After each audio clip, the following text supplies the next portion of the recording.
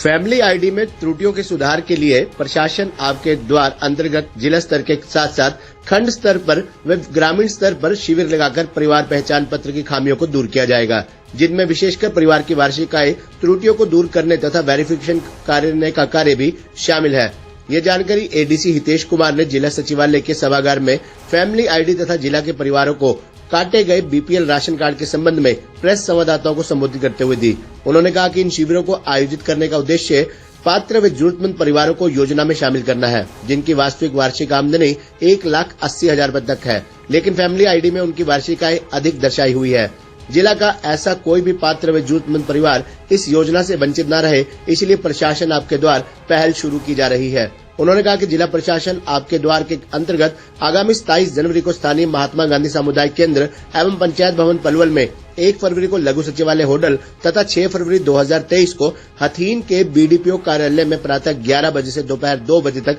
विशेष शिविर लगाकर family ID की त्रुटियों में सुधार तथा इनकम वेरिफिकेशन का कार्य किया जाएगा। इन शिविरों में मौके पर नगर परिषद व नगर पालिका और क्रीड विभाग की टीमें मौजूद रहकर लोगों के पीपीपी में किए गए आवेदनों पर कार्य कर उनकी परेशानियों को दूर करेंगी। अतिरिक्त उपायुक्त ने कहा कि लघु सचिवालय पलवल के सभागार में 24 जनवरी को दोपहर बाद 3 बजे नगर परिषद पलवल के वार्ड पार्षदों के साथ फैमिली आईडी तथा नगर परिषद के इश्यूज बारे में बैठक का आयोजन किया जाएगा। इसी प्रकार फैमिली आईडी तथा नगर परिषद पालिका इश्यूज के बारे में आगामी 30 जनवरी को होडल के लघु सचिवालय के सभागार में होडल नगर परिषद के वार्ड पार्षदों तथा 3 फरवरी को नगर परिषद हथीन के वार्ड पार्षदों के साथ हथीन के बीडीपीओ कार्यालय में दोपहर बाद 3 बजे बैठक का आयोजन किया जाएगा। तीनों सब डिवीजन पे एक प्रशासन आपके द्वार कैंप लगाएंगे, जिसमें नॉट ओनली परिवार पहचान पत्र बट एज मेरे पास डीएमसी का भी चार्ज है, तो निगम की भी जितनी समस्याएं हैं और एडीसी से रिलेटेड जितनी भी समस्याएं हैं, जिसमें मेनली परिवार पहचान पत्र के लोग ज्यादा परेशान हो रहे हैं अभी, तो इन समस्याओं के समाधान के लिए एक टाइप से ये जनता दरबार बोल लो या मैं उसको प्रशासन आपके द्वार बोलना ज्यादा चाहूंगा, बिकॉज कहीं ना कहीं जनता दरबार थोड़ा सा मुझे पॉलिटिकल वर्ड लग जाता है, जो मेरा काम नहीं है। प्रशासन आपके द्वार में लोग, मेरी टीम वहीं पे बैठेंगी, निगम की टीम भी, मेरे क्रेडिट डिपार्टमेंट भी और साथ में ऑपरेटर्स भी।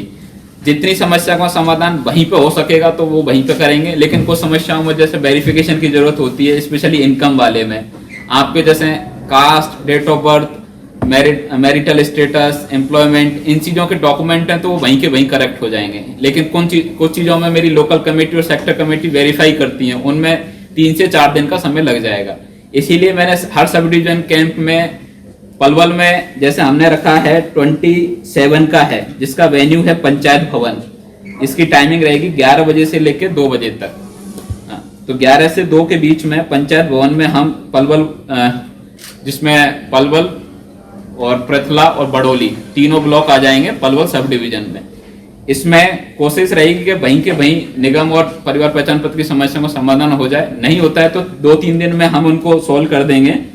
उसके बाद इसीलिए 3-4 दिन का गैप दिया है होडल में। फिर हम 1 फरवरी को एसडीएम ऑफिस के कॉम्प्लेक्स में ही रखा है प्रशासन आपके द्वार कैंप। वही टाइमिंग 11 से 2 के बीच में ही रहेगा। एंड 6 फरवरी को फिर हथीन में रखा है। ये 3-3, 4-4 दिन का गैप लिया है ताकि उस टाइम पीरियड में मेरी क्रेडिट की टीम उस कैंप में जितनी भी ग्रीवेंसेस आए उन पे एक्शन किया जा सके।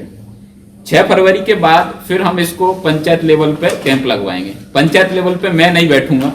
मेरी जो क्रेडिट डिपार्टमेंट की टीम है और जो टीम लीड होते हैं, सीएससी ऑपरेटर्स होते हैं, आपके जो स्टूडेंट हैं या वॉलंटियर जो कि PPP में काम कर रहे हैं इनकम वेरिफिकेशन का, वो लोग वहां पे बैठेंगे। अब जो मेरा पर्पज है आप लोगों को दूसरा बुलाने का, एक ये भी है कि काफी बार लोगों को थोड़ा सा परिवार पहचान पत्र में और बीपीएल के बारे में मिसकम्युनिकेशन हो रखी है। लोगों को लगता है कि आप अगर सरकारी नौकरी में नहीं है तो आप कहीं बीपीएल के लिए एलिजिबल हो जाते हैं, या आपकी इनकम सोर्स जैसे किराने की दुकान है उसमें चाहे वाली इनकम आपकी 3 लाख हो रही है, लेकिन तब भी लोगों को लगता है कि मेरे को बीपीएल मिलना चाहिए। इनकम 1.8 लाख से अगर कम है तो आप बीपीएल के लिए एलिजिबल बन जाते हैं। सिमिलरली जैसे चिरायु कार्ड के लिए भी एलिजिबल हो जाते हैं। लेकिन काफी केसेस ऐसे हैं जिनकी इनकम 1.8 लाख से कम है, तब भी उनको बीपीएल नहीं मिला। तो उसमें कुछ 8 कैटेगरी एक्सक्लूजन क्राइटेरिया है सरकार का, हम मान के चलते हैं कि इनकम वेरिफिकेशन पूरा फुल प्रूफ नहीं है, काफी लोगों की इनकम ज्यादा होते हुए भी कम दिख रही होगी या कम होते हुए भी ज्यादा दिख रही होगी। तो इसमें सरकार डिफरेंट पोर्टल से डाटा कलेक्ट करती है। जैसे अगर मैं मानता हूं कि आप सीबीडीटी के पोर्टल से हमने डाटा कलेक्ट किया है कि अगर इनकम टैक्स आप अगर लास्ट पिछले 3 साल में आपका आईटीआर अगर 1.8 लाख से ज्यादा भरा है आपने, तब भी आपकी इनकम चाहे 1.8 लाख से कम दिखा रखी होगी आपने ट्रिपल में, तब भी आपको बीपीएल नहीं मिल पाएगा। दूसरा, अगर आपके परिवार की बिजली का जो कनेक्शन है, मैं फैमिली आईडी में जितने लोग हैं उनका एक बिजली कनेक्शन होगा उस घर में, उनका अगर 9,000 से ज्यादा बिल आया हुआ है वार्षिक, तब भी आपको बीपीएल की लिस्ट में नहीं ऐड किया जाएगा, चाहे भले आपकी इनकम 0 क्यों ना दिख रही हो। हाँ, तीसरा है आपका अगर कोई भी परिवार का सदस्य सरकारी जॉब में है और जिसकी इनकम 1.8 लाख से ज्यादा है, तो हम अगर जैसे मिनिमम वेजेस के हिसाब से भी देखें तो अगर एक इंडस्ट्रियल लेबर भी है या कहीं पे कॉन्ट्रेक्चुअल जॉब भी करता है तो मिनिमम वेजेस के हिसाब से भी उसका 1.8 लाख से ऊपर बन जाता है। तो अगर कोई गवर्नमेंट एम्प्लॉय में है तो उसको भी हम फिर बीपीएल कार्ड से लिस्ट से बाहर कर देते हैं। अगर आपने मेरा पसंद मेरा ब्यौरा पोर्टल पे अपनी जमीन को रजिस्टर करके अगर 1.8 लाख से ज्यादा का खाद्यान्न बेचा हुआ है किसी सीजन में थ्रू आउट द ईयर, पूरे साल में अगर 1,80,000 से ज्यादा का खाद्यान्न बेचा हुआ तो तब भी आप बीपीएल लिस्ट से बाहर हो जाएंगे, और चाहे भले आपकी इनकम 1.8 लाख से कम दिखा रखी हो। ऐसे ही अगर आपके श्रम कार्ड बना हुआ है जिसमें वार्षिक आय 1,80,000 से ज्यादा है, ये मोस्टली जो प्राइवेट सेक्टर में इंडस्ट्रीज लेबर हैं उस कैटेगरी के लिए है। अगर आपके परिवार में जैसे 5 मेंबर हैं, उनमें से एक मैं देखता हूँ किसी भी स्कीम के तहत पेंशन मिल रही है, तो ज्यादातर ओल्ड एज वाली पेंशन तो 2,500 रुपए 30,000 रुपए एनुअली होती है।